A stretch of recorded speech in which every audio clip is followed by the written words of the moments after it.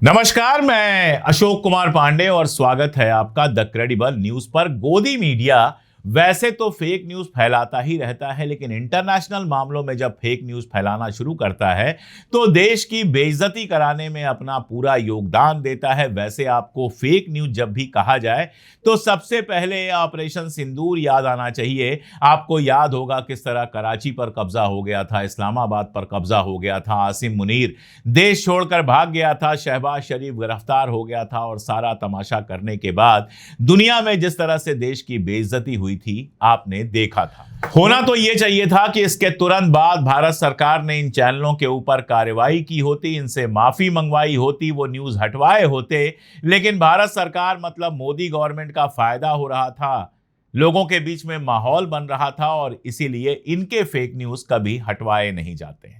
आप जानते हैं ईरान में सैयद अली खामनेई का मुसल्ला चल रहा है, उनका अंतिम संस्कार हो रहा है, 4-5 दिन का लंबा प्रोग्राम है। सारी दुनिया के लोग वहां पहुंचे हुए हैं, यहां तक कि भारत सरकार ने भी अपने रिप्रेजेंटेटिव भेजे हुए हैं।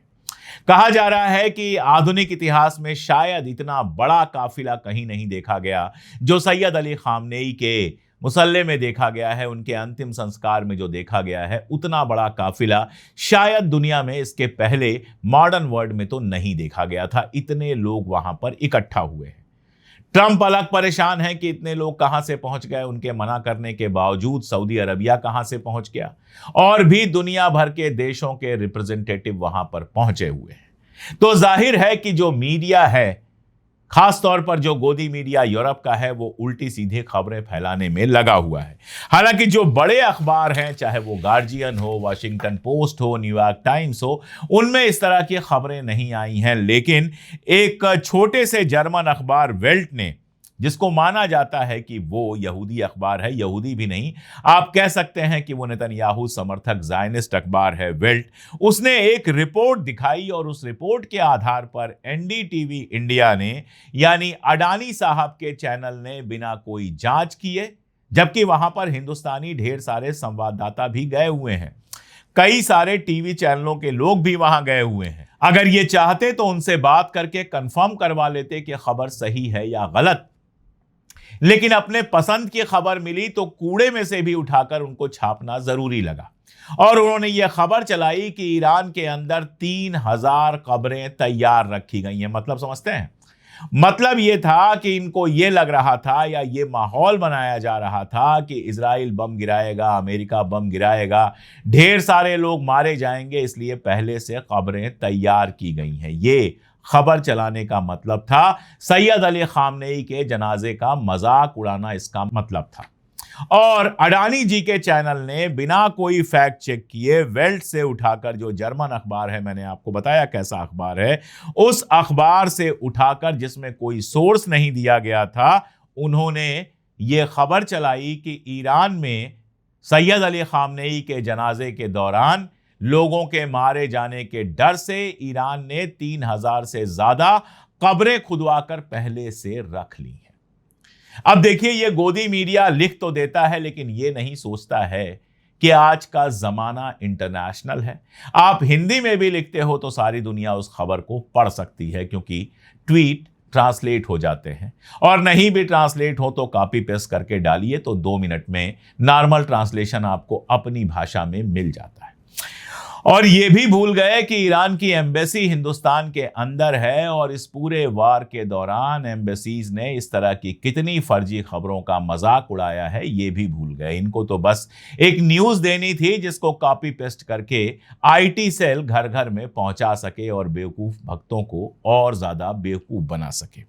तो इन्होंने ये तमाशा तो कर दिया। उसके तुरंत बाद ईरान की एम्बेसी ने लिखा, ऐसा लगता है कि कुछ मीडिया संस्थान जनाजे के दौरान लोगों के मारे जाने का इंतजार कर रहे हैं। जब वे इस आयोजन के विशाल पैमाने और महत्व को नजरअंदाज करते हैं तो फिर बेबुनियाद बातें फैलाने लगते हैं।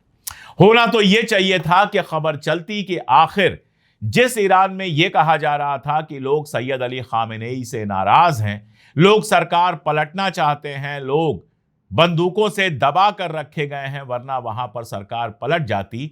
वहां पर लाखों लोग सड़क पर कैसे आ गए सैयद अली खामनेई के जनाजे में? सवाल तो यह पूछना चाहिए था कि क्या अमेरिकी मीडिया झूठ बोल रहा था? सवाल तो यह पूछना चाहिए था कि क्या नेतन्याहू और ट्रंप लगातार ये झूठ फैला रहे थे कि ईरान की जनता सैयद अली खामनेई के खिलाफ है? या ये पूछना चाहिए था, चलिए ईमानदारी से पूछ लेते, कि लगता यह है कि सैयद अली खामनेई की मुखालफत करने वाले लोग कम हैं और समर्थन करने वाले ज्यादा? या ये सवाल बनता कि अमेरिका के हमले ने क्या सैयद अली खामनेई की जो आलोचना करते थे, जो उनसे नाराज थे, उनको भी जनाजे तक आने के लिए मजबूर कर दिया? क्या ईरानी नेशन एक हमले के खिलाफ एक होकर खड़ा हो गया, जो कि सच्चाई है? लेकिन यह सवाल पूछते तो फिर भक्तों के दिमाग में खलल मचता। भक्त फिर कहते कि यार, अब तक तो हमसे झूठ बोला जा रहा था। इसलिए भक्तों को पसंद आए ऐसी खबर चलाई गई कि ईरान ने 3000 जनाजे तैयार रखे हैं, क्योंकि 3000 से ज्यादा लोग मर सकते हैं अगर इजराइल और अमेरिका अटैक करेंगे। अब और आप सोचिए, अगर वाकई इनको लगता है कि अमेरिका और इजराइल अटैक करने वाले थे, तो एक मीडिया का क्या फर्ज बनता है? मीडिया का फर्ज बनता है कि यह सवाल उठाएं कि ऐसी नापाक हरकत कैसे हो सकती है। एक जनाजे के दौरान बम फेंकना कोई सोच भी कैसे सकता है? सड़क पर किसी का जनाजा निकले, हिंदू का निकले, मुसलमान का निकले, ईसाई का निकले, सिख का निकले, लोग इज्जत से सर झुका देते हैं बिना यह जाने कि उस जनाजे में किसकी लाश जा रही है। क्योंकि मरे हुए आदमी से नफरत नहीं होती है, क्योंकि जनाजे में हर आदमी की आंखों में आंसू होते हैं, उदास होता है, चाहे मरने वाला बुरा ही क्यों ना हो। यहां तो शिया धर्म के जो लीडर हैं, उनकी हत्या की गई थी, उनको शहीद किया गया था। तो मीडिया को तो सवाल यह पूछना चाहिए था कि कितने घटिया वो लोग हैं जो जनाजे के दौरान हमला करने के बारे में सोच रहे हैं, लेकिन ये तो जैसे सेलिब्रेट कर रहे थे। और जब ईरानी एम्बेसी ने पलटकर यह सवाल पूछा, पलटकर यह इल्जाम लगाया, उसके बाद एनडीटीवी अपना ट्वीट डिलीट करके भाग गया। बहश्त जहरा में नई कब्रें बनी हैं कि नहीं बनी हैं? अमेरिका इजराइल के डर से बनी हैं, या इस भीड़ में कुछ लोग दब जाएंगे इस आशंका से बनी हैं? इसके लिए एक बार सवाल आप ईरान की एम्बेसी से पूछ लेते। ईरान की एम्बेसी को कम से कम एक मेल किया होता, वहां से जवाब नहीं आता, तब आप कहते कि हमने ईरान की एम्बेसी से सवाल पूछा था, कोई जवाब नहीं आया। लेकिन आपने तो जर्मनी के अखबार डाई वेल्ट की रिपोर्ट को एज इट इज कॉपी कर दिया, और उसके बाद जब आपसे सवाल पूछा गया तो आप डिलीट करके ट्वीट निकल गए। इसका मतलब क्या है? इसका मतलब बहुत साफ है कि आपकी नीयत खराब थी।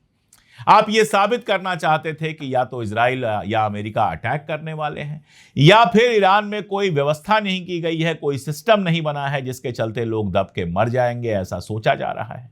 या फिर आप यह बताना चाह रहे थे कि ईरान में लोगों के जान की कोई कीमत नहीं है।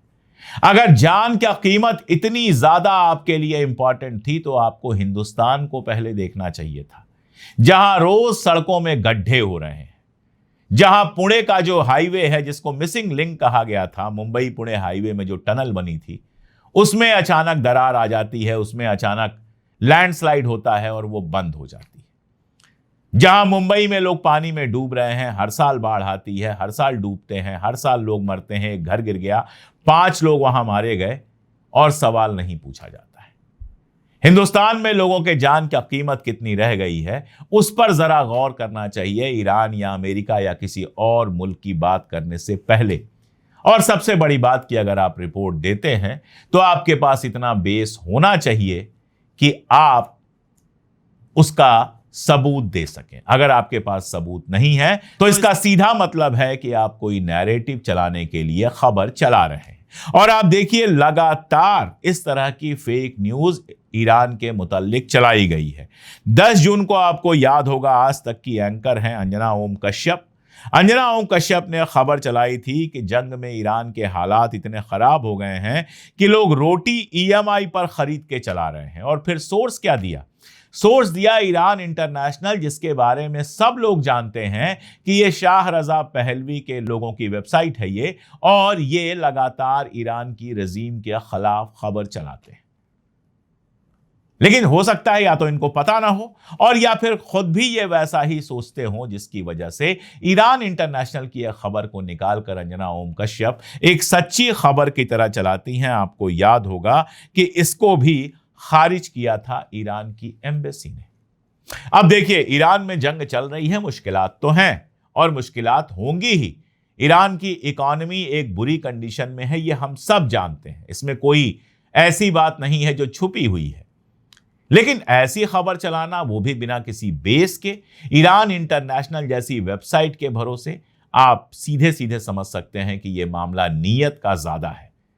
आप जानबूझकर ईरान को बदनाम करने की पूरी कोशिश कर रहे हैं और मेरी चुनौती है, एनडीटीवी को भी चुनौती है और अंजना ओम कश्यप को भी चुनौती है कि आज एक खबर आई है।